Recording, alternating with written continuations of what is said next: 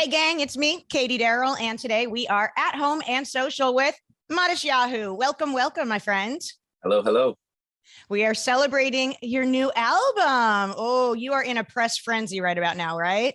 Oh, I'm enjoying it. It's nice to be doing press again after COVID and all the time off.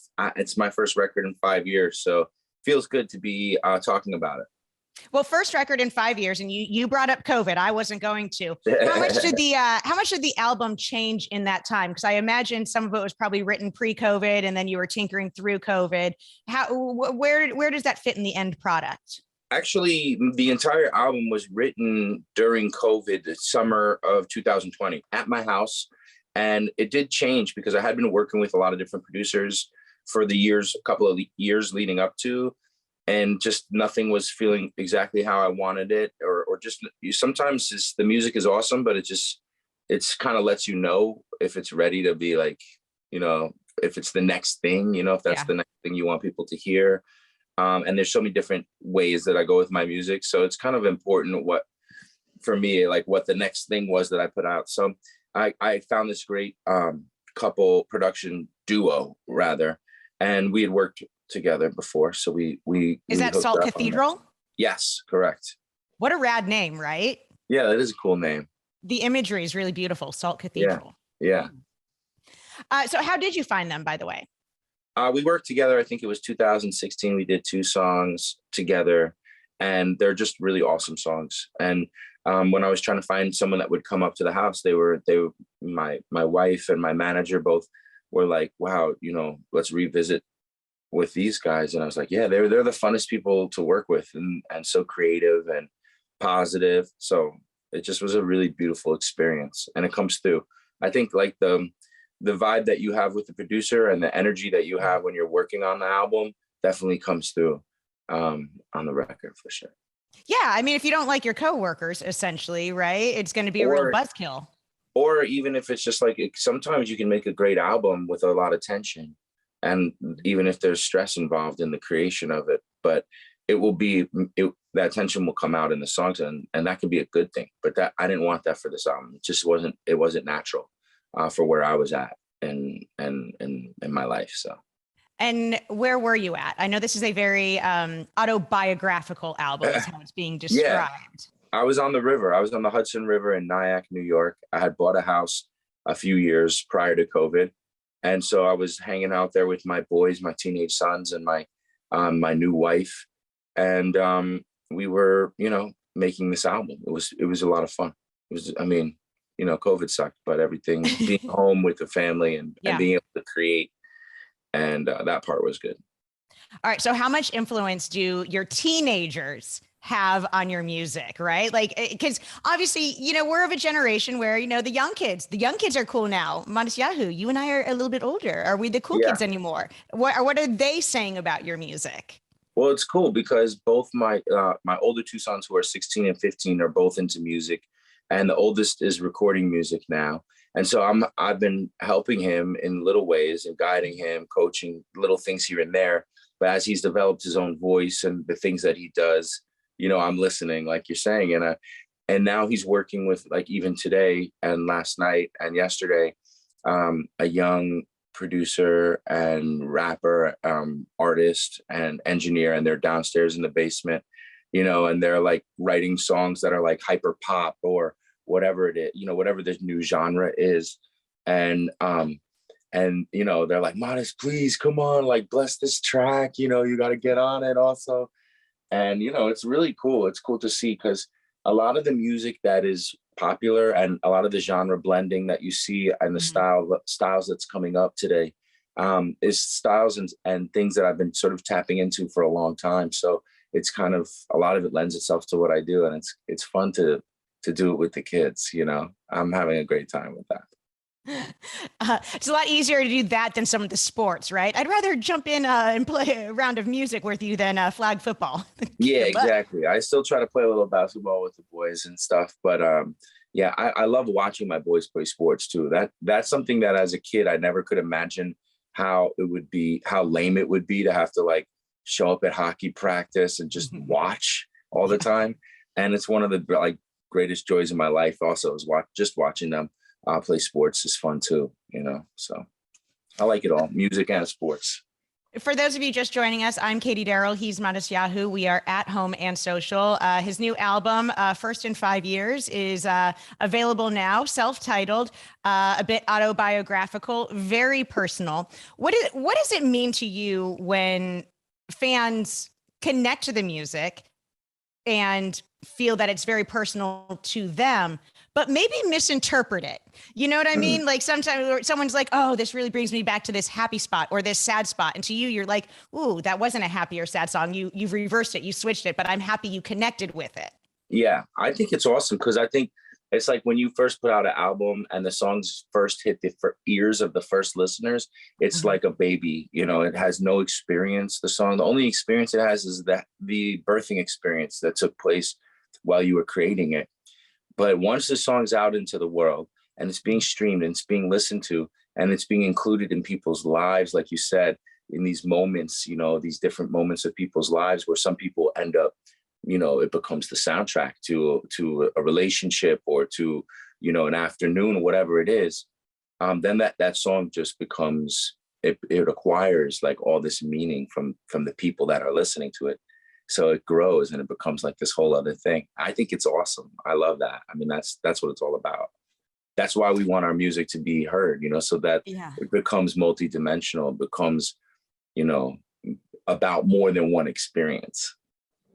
So I have a personal story about you to share. I was lucky enough to be down at South by Southwest, circa 2005, 2006. Yeah. When the buzz on the street come midnight was, did you catch that Matisyahu show? And everyone's like, Matis what? They're like, this guy, he's got the curls, it's the hat. It was this crazy Jewish guy rapping real fast. And did you see it? I didn't. Okay. So I'm in my hotel room being like, what are you guys talking about? Are you high? The buzz, the adrenaline around that show and you at South by Southwest circa early 2000s. What was that experience like for you to be the talk of the town? It was amazing. The belle of the ball. The belle of the ball. No, that was so amazing. That was such an incredible time. I mean, I had this dream of doing music and I was living in New York City and I was trying whatever I could to go to open mics and do different stuff. Nothing was really working out. And I spent a lot of time just in my room by myself, listening to instrumental cassettes of like hip hop beats. And I was listening to a lot of like dancehall music, like Sizzla and Buju Banton and that kind of stuff. And that's just how my flow started to develop and like what was coming out when I would spit. And then I was just like, you know what, I decided to, you know, dig into my Jewish roots and dig into that whole culture and the religion. And as I got further and further into it, there came a time where I was really just like thinking from the guidance around me that I should stop doing music, and the dream of music was not going to happen. It wasn't the right thing for a Hasidic guy to do.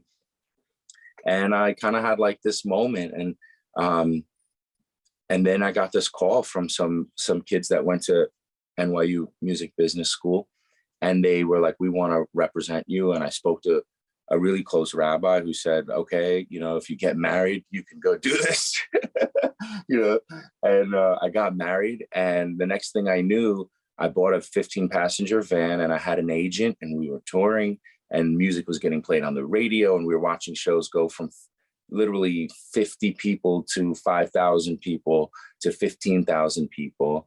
And these things were happening, you know, like South by Southwest. And you see so many different, you see when an artist breaks in that way, and they talk about artists breaking, but so many things have to line up, you know, being at Bonnaroo with Trey on the main stage and being brought out by him. And then, you know, everything that was happening in South by and all these things stacking and Jimmy Kimmel. And then you just start to feel this wave and you're just at the top of it. And it's obviously an amazing feeling.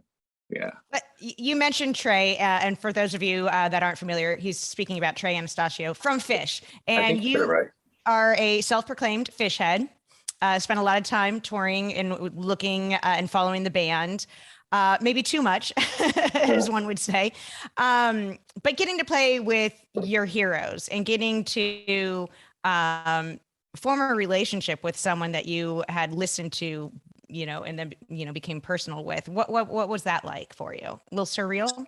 Yeah, that was also incredible. And as the backdrop to all of this, I was like really religious. And so I was spending like huge parts of my day in prayer and meditation, thinking about philosophy, doing mitzvahs, So as all this is lighting happening, candles, saying, "Bring Trey to me, bring." Yeah, like for example, like I remember when I performed with him, it was on a Saturday night. So Bonnaroo was over the weekend. I went to a rabbi's house for Shabbat because I wanted to be in a community for Shabbat. And I remember like studying Hasidus, learning like Kabbalah and stuff, over Shabbat and really getting deep into it and just being so focused on it.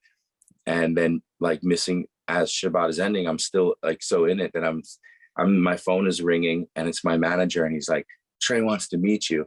And I remember sort of like driving into that moment and thinking like how full circle it had come, how surreal, how like my dream had come true in this most like strangest of fashions, because I sort of did the opposite of what one would normally do, which would be like to go after your career. And I completely did the opposite. And then it all came to me. So I was sort of living amidst all of these ideas that I was studying, and it was kind of a fantastical world to some extent, Let's talk about the single "Lonely Day" from the new album, because I feel like the day that you kind of just described there kind of is a little encapsulated in "Lonely Day," although I think per your press release, you talk about something else, that you had a very religious experience and then the next day you're with everyone else in their 40s and blunts and you're like, how can you not know what I just had?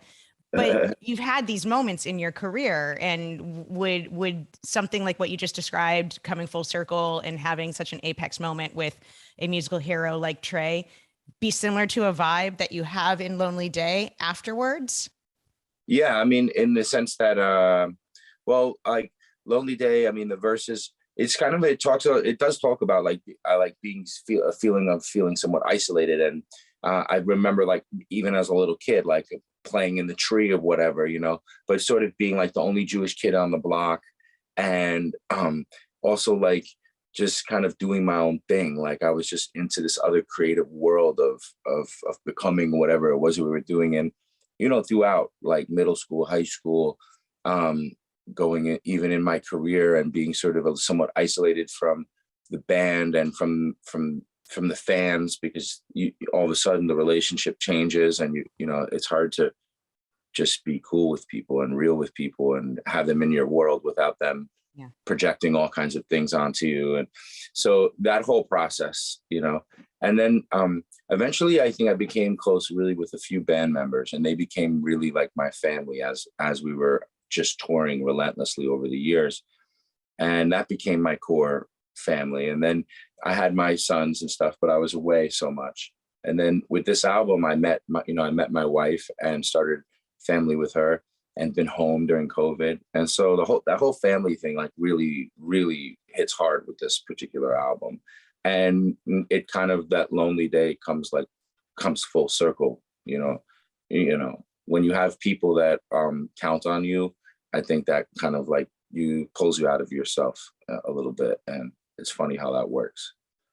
You know what's not going to be a lonely day? May 14th, when you're performing at BeachLife. Hey, Correct. Look at that segue. BeachLife is such a fun festival, right? It takes place, I believe, this year, May 13th, 14th, and 15th, down in Redondo Beach. It's this outdoor, beautiful festival. Tons of great bands on the bill, including yourself. We've got Weezer, 311, Smashing Pumpkins, Stone Temple Pilots, Sugar Ray. Who are you looking forward to seeing or bumping into backstage? Like all of the artists that you just mentioned, I can't think who I want to see more. Those are all such legendary bands. So I'm psyched to see everyone.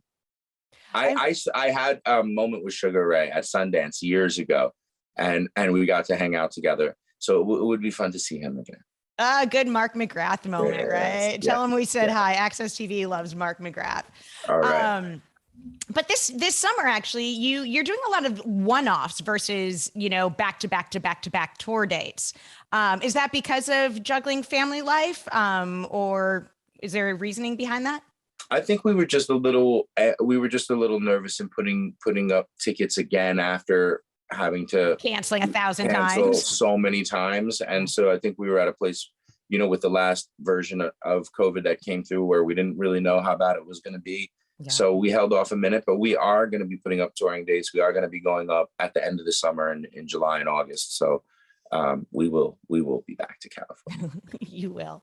For those of you just joining us, we are at home and social with Matisyahu. The new album is available now. We haven't had new music in 5 years. One of the tracks on the new album is Mama Don't Worry. Yeah. Correct. The beginning of this music video brought me to a very interesting 80s place. And I want to know if this has been said to you before. You're looking down, it's an album, it's spinning, but you hear a parent in the background basically lecturing a child about school and the importance of school and, you know, that sort of thing. It brought me to Twisted Sister. We're not going to take it, with the dad being like, what are you going to do with your life? Rock. Yeah, it's not quite that punk rock, but it is the same idea. But yeah, that's cool. I'm glad you made that connection. Yeah, definitely. All right. We got to talk about your style and your look. I love the purple hair. Oh, thank you. But when you decided to get rid of what people probably considered your signature look, right? The Hasidic, the hat, the curls, and you took that from people. I mean, people really took that personally. Yeah. What was the mindset the morning you woke up and you're like, nope, not going to do it? You know, was there a conversation or was it just straight to scissors? I wish there had been more conversations, and I wish that at the time I had more people around me that were supportive and that I trusted, but I really had no one to talk to about it. And it was something that was a long time coming. I mean, years and years before that, I had dreamed of a time when I could shave, you know, in a lot of aspects of my life, metaphorically, a lot of things, but especially that was the most physical, you know? Yeah. And I was on a real quest and a real search from the time that I started before Matisyahu, before anyone knew who Matisyahu was, right. And that didn't stop. Like when I became famous or put out my first video, I didn't get just all of a sudden say, okay, now this is who I am. And that whole thing I've been doing my whole entire life, that's been like the basis of who I am, of morphing and becoming and evolving and taking steps forward and back and finding the path. Even though when I kind of arrived on the scene, I was very firm in what and who I was. And so people love that. That wasn't necessarily the true who I truly am, one aspect of what I am. But and it wasn't something I was ever willing to fight, you know, and as I was becoming and continuing to evolve, I sort of allowed that to happen. And the next obvious stage for me at that point was to shave. And I knew it would happen, and I didn't know how or when or what I was going to tell fans. And I didn't allow myself to think about it at all. I just did what I needed to do, from the inside out, because that's always what I've done. And that's how I got my career in the first place. So it was intense then afterwards, and reading comments and seeing how, like you said, how important it was to people and how much it hurt people and angered people. And I was not ready for that. And that I could have used a class in or something, and how to handle that and what to do. And when I talk to younger artists now, sometimes I try to help them handle that, because that can be a very lonely day to bring it back. You know what I mean? Yeah, thank God TikTok wasn't around. There would be crying videos. Yeah, but it was Twitter, and it was, it was, and it was all news. So I didn't, know, about comments and reading comments and responding and all of that stuff, which I later found out the hard way. How did you perfect your speed? I mean, if anyone wants the biggest challenge of their life, try to do King Without a Crown on karaoke. Impossible. And I know when it comes to hip hop and rap, people say Eminem is the fastest guy in the business, but I think I'd like to go toe to toe with, I'd like to see you guys, because you are so fast. Where did that speed perfection come from? I guess a couple of places, but first of all, thank you. There are a lot of incredibly gifted, fast rappers that are so good. And I think I listened to a lot of them growing up. That was definitely a thing. I think at the time, And then I think I'm pretty, at least I think I've become a little less wordy, but especially when I started, I didn't know how to edit really my lyrics or how to, and so I was super wordy and I was trying to figure out how to get all those words into a short space. You just didn't know how to abbreviate. Exactly. I didn't know how to like cut words out and conjunctions are your friend, dude. Oh, all right. Well, thank you so much for hanging out today. Everyone, Matisyahu's latest album is available. Make sure you check it out. And if you want to see him perform in person, BeachLife is the place to be, as well as other festivals throughout the summer. You can get it on all of his socials. But thank you for being here and stay safe. Yeah. All right, dude? Thanks so much. I will. Hey there. Thanks for watching AXS TV. Subscribe, follow, like, and do all the good stuff. And make sure you leave a comment below. I don't know, just let us know what your favorite AXS TV show is, or who your favorite bands are, and what artists you're into, or just say hi, man. I'd like to be told hi. We love hearing from you. That's the point, all right? Keep it coming.